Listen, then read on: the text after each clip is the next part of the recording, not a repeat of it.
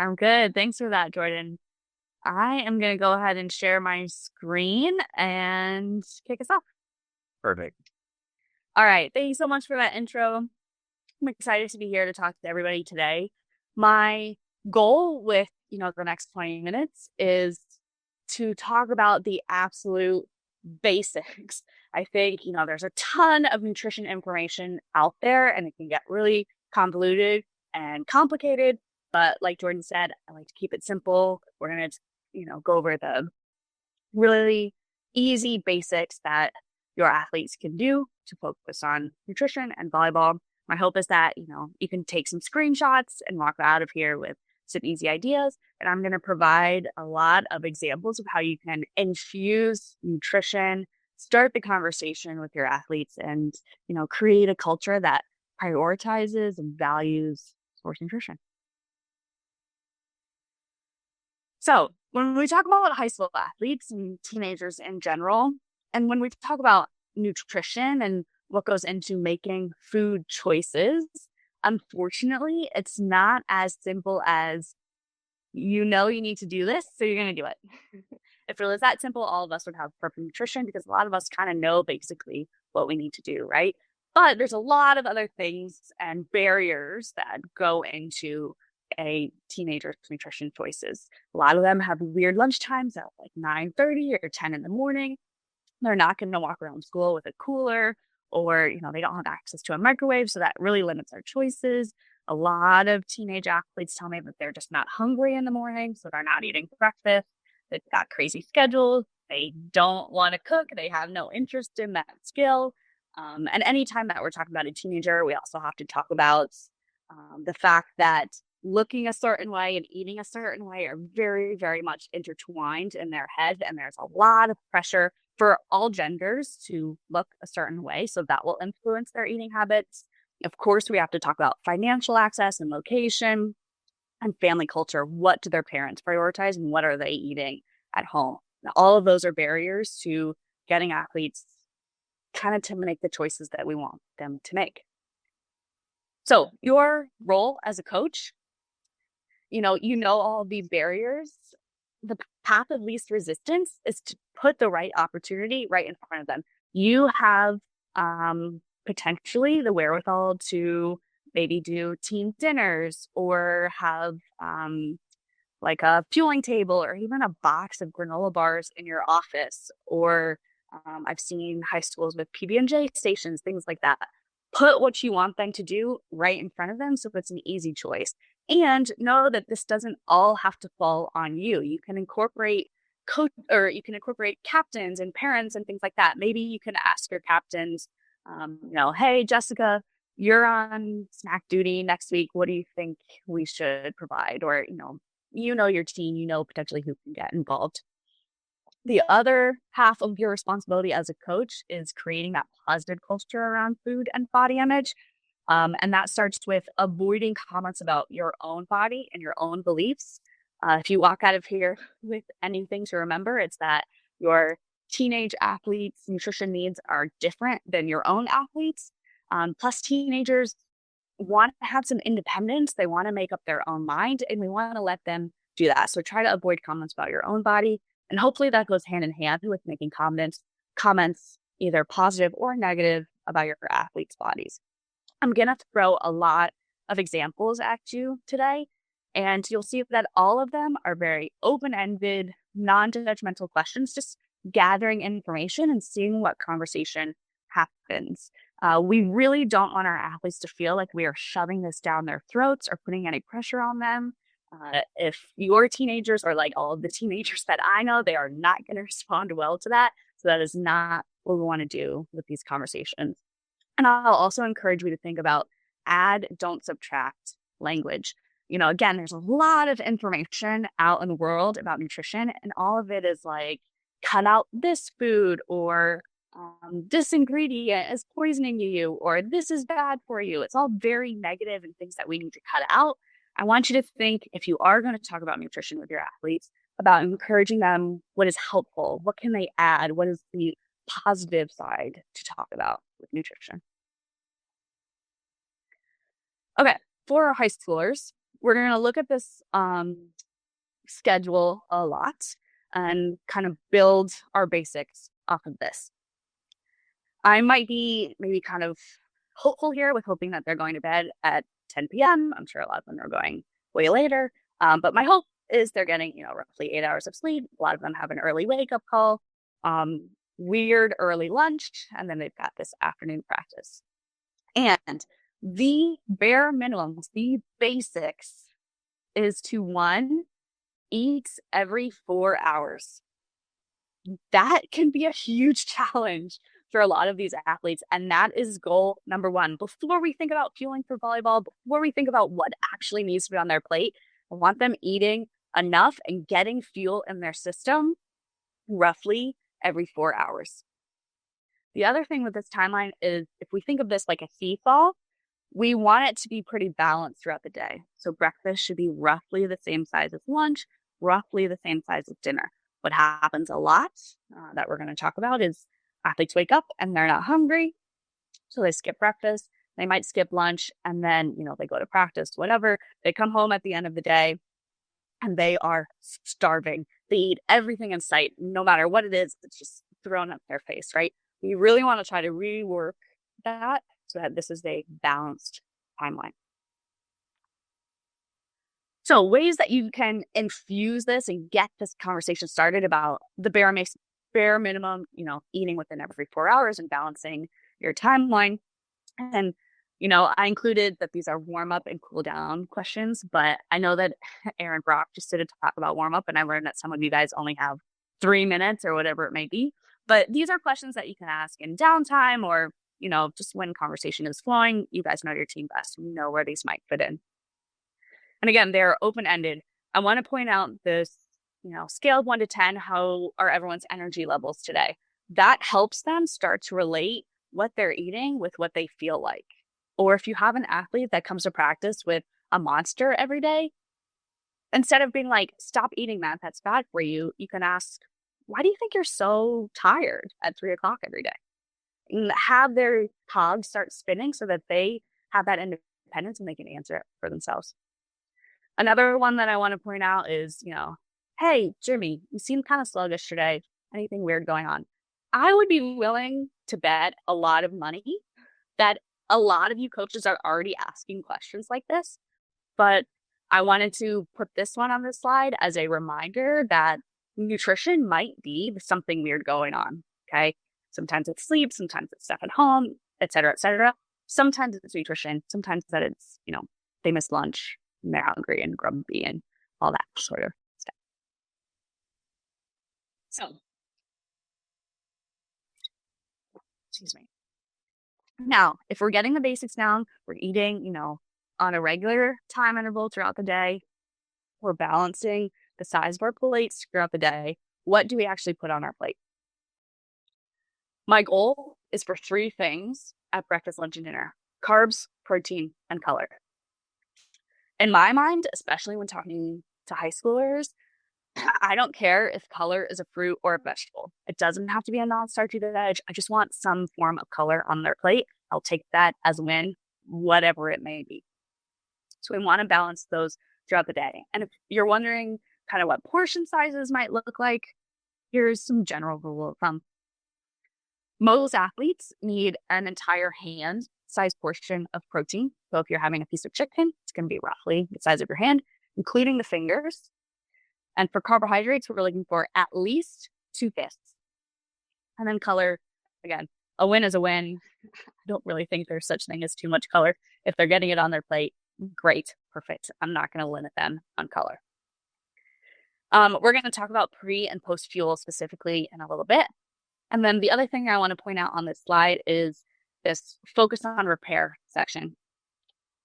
And I worded it that way because sleep is such a critical time to repair and rebuild muscle and get quality recovery in. And the majority of high school athletes are going to benefit from the bedtime snack. It helps us fit in, eating every 4 hours, right? If we are getting a quality protein source, especially, something like a whey protein, so meat or dairy or a whey protein powder, that can turn the on switch for our muscles to build overnight and get high quality turnover within our muscles. And then it's just another great opportunity to get some color in. So I used a smoothie as an example because that's kind of an easy one. You could do something like a bowl of cereal, deli sandwich, whatever. I'm not going to talk a ton about it today, but it is a great opportunity that a lot of high school athletes will benefit from. All right, let's start with breakfast because I think this is usually the biggest challenge. If I had $1 for every time an athlete told me they're not hungry in the morning and they just don't want to eat breakfast, I probably wouldn't have my job with USAV because I'd be a rich woman and I wouldn't need a job, right? So anything is better than nothing. I have made a deal with an athlete in the past, very high level athlete. Can you just eat 2 bites of a Chewy bar? That is where we're starting. And we took as a green check mark and a win because just like your muscle, you can train your stomach to get used to things. It's kind of like a conveyor belt that's running at a certain speed, and we can teach it to operate at a new speed. So something is better than nothing. Work your way up. I also wanted to include a bunch of examples for you. One, to show that this doesn't need to be complicated, doesn't need to be fancy. We're just putting the puzzle pieces together. And 2, to show a couple different ideas. So things like these, frozen burritos, they take a little bit more effort, but they're more cost saving, right? You can put together burritos for like $2 a burrito. But then the super simple path of least resistance is something like these 2 RX bars and a banana. I'm getting carbs, protein, and color. Check, check, check. That is super simple. You can grab it and walk out the door. A lot of high schoolers are also going to grab a coffee before they come to school. If you have time to grab a coffee, you have a breakfast option available to you. There's things like egg bites or egg sandwiches that really help us check a lot of these boxes. And then I included breakfast chili as a reminder that breakfast doesn't have to be breakfast food. You can get creative. You can work with what works for you. During grad school, I made a big pot of chili every Sunday and I ate it for breakfast every single day. I got a lot of slack for it. People think it's kind of weird, but whatever, it absolutely worked for me. You can think out of some of these options. Questions to infuse about breakfast.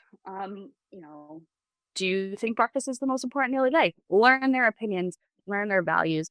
You can say that maybe that's the trick question because all meals are important. And then I love to include some of these quirky would you rather questions. It seems like how is asking, would you rather have to eat Buddy the Elf's breakfast or never be able to have a sweet breakfast ever again? How is that helping me talk to my athletes about nutrition? It's getting the conversation started about food. It's putting you in the vicinity, and you would be shocked about how much you learn just by asking a silly question like this. It tells you what they value. Half the time, you'll find out what they eat for breakfast, if they're eating anything at all. And it's fun. They're not going to shy away from a conversation like that. They're not going to feel like you're shoving it down their throat. You just chatted. You're just having a conversation. I love silly, quirky, would you rather questions, and I've learned a ton of information about my athletes just with something like that. All right, moving on to some lunch examples. Again, go ahead, take a screenshot. I just wanted to give you some really easy ideas given some of the challenges that our high school athletes have. It's all about putting the pieces of the puzzle together. And it doesn't have to be fancy, especially for high schoolers. This is a reminder. It doesn't need to look like it's going to get 1,000 likes on Instagram for it to be a healthy meal. It's just got to get the job done. So some questions of how you can incorporate lunch in. You can do things like, in a perfect world, what does lunch look like? Okay, follow up. We don't live in a perfect world. These are some of your barriers. How do we get as close as possible to that ideal lunch? Again, get their cogs spinning. They can problem solve for themselves. And when a person comes to the conclusion on their own, they're much more likely to actually follow through and do it because they're going to choose something that seems reasonable for them. You can ask their opinions. Teenagers have tons of opinions and they love to share it, and I will encourage them to share it. So what's the best for worst school lunch? You can just learn more about their day. Lunch is at 9:30 in the morning. Are you even hungry at that time? What do you do? Again, how do you problem solve for that?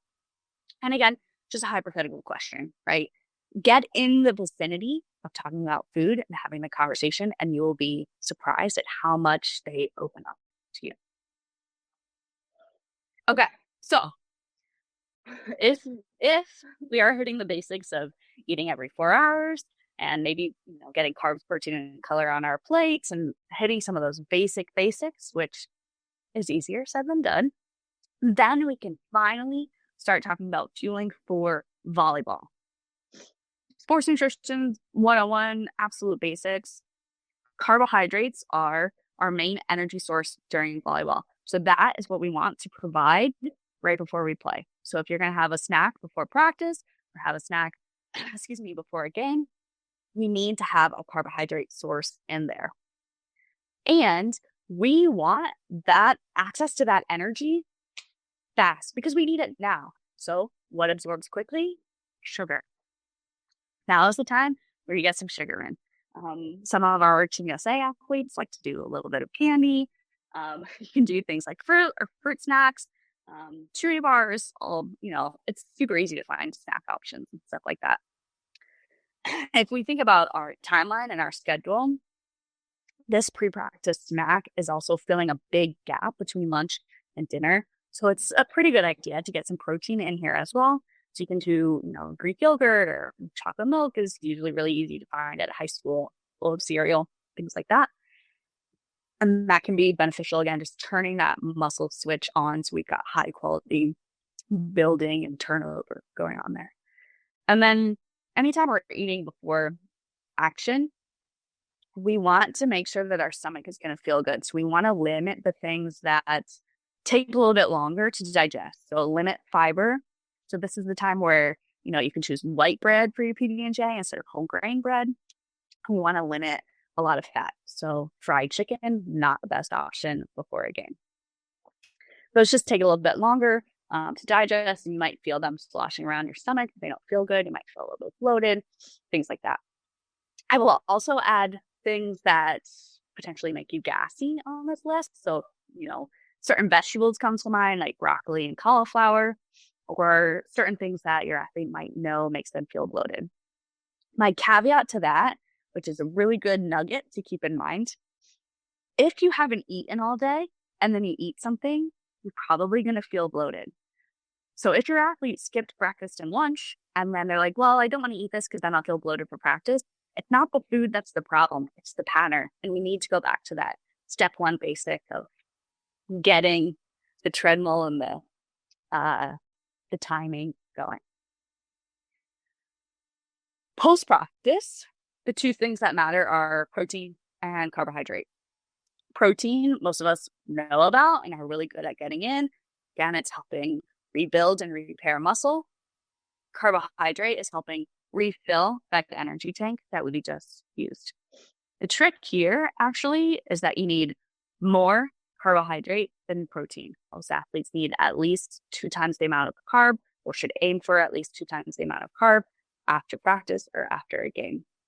Just something that can be lacking. So let's say you're going to go have dinner. We're looking for that hand-sized portion of protein, or at least 2 fist-sized portions of a carbohydrate. Or if they're just having a protein shake and you look on the label and there's no carbohydrate in there, they need to add some goldfish or a piece of fruit to that snack. Here's where I'll also give you your quick hydration nugget. Again, if we're talking about bare basics and bare minimums, your athlete should be aiming for at least half their body weight in water in ounces per day. So if they are 100 pounds, we're looking for at least 50 ounces of fluids. And I said water, but I actually include things like Gatorade, milk, juice. I do not include coffee, tea, alcohol, obviously. And I'm going to throw energy shakes or any energy drinks in there as well. Those don't count. Excuse me. So some questions that you can throw in to, get the conversation going about fueling for volleyball.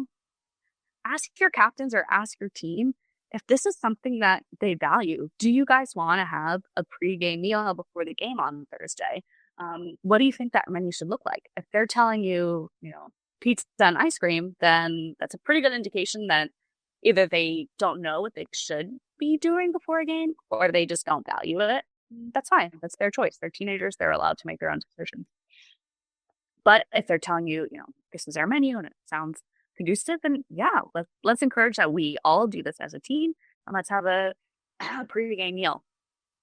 This is also a great place to say that some athletes feel uncomfortable eating in front of their coaches for whatever reason. They might feel judged or just self-conscious. So a captain's meal might be a great choice as well.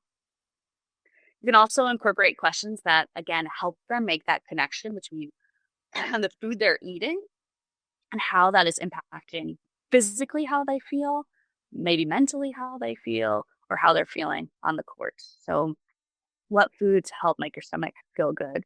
Or if you see an athlete maybe drinking a soda before a game, and then they keep kind of burping or whatever during practice, it's like, hey, why do you think you're, pulling your stomach so much today? Like, help them put two and two together. Excuse me. You can also incorporate some kind of like informational questions into your warm up or conditioning or something. Say they need to do a lap, and you can say, hey, run this way if you think carbohydrates are more important after practice. Run this way if you think protein is more important after practice. You can see who values what. And then when you reconvene, you can say, hey, I actually just listened to this dietitian and they're both super important, but we need more carbs than protein.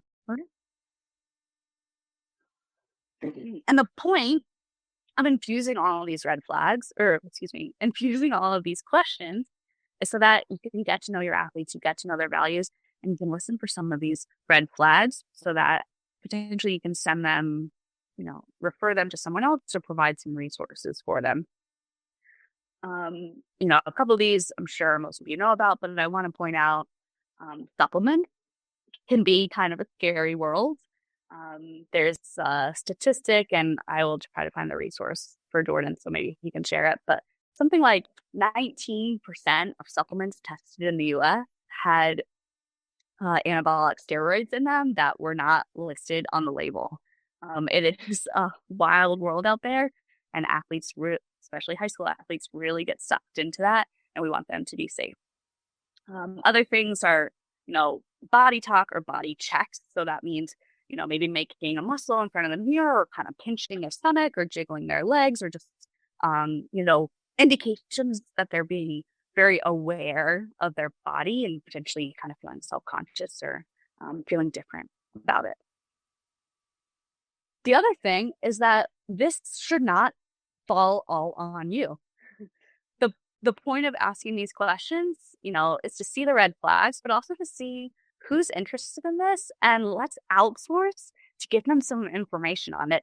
You do not suddenly need to become your team's dietitian. I'd actually prefer if you don't, because you have a lot on your hand already, and there are a lot of wonderful people that can engage your athletes with these topics. So if you're, asking some of these questions and just learning more, and your athletes are interested and engaged, you can always bring in a dietitian to do, a 10-minute talk, a 30-minute talk, maybe an hour-long talk. Tons of us are really good at those kind of things. You may have to pay them, but if you live close to a university, it's also probably likely that you can find a student that would be willing to do this for free. These two websites are really great resources to find a sports dietitian near you, so you can use that as a resource. There's also, sportsrd.org or the Team USA nutrition page. There's free, just PDF handouts on all sorts of topics that go much more into detail than, we had time to do today. Today, I gave you the bare minimum, but there's so much great information out there, so I'll encourage you to use those resources. There's also a ton of great sports RDs on Instagram. And if you guys, want me to share some of those handles that I know, I'm happy to do that in the comments after the questions. And then I'll throw my email out here as well. If you're just kind of struggling, finding something or you have a question that you want to send my way, I'm absolutely happy to connect.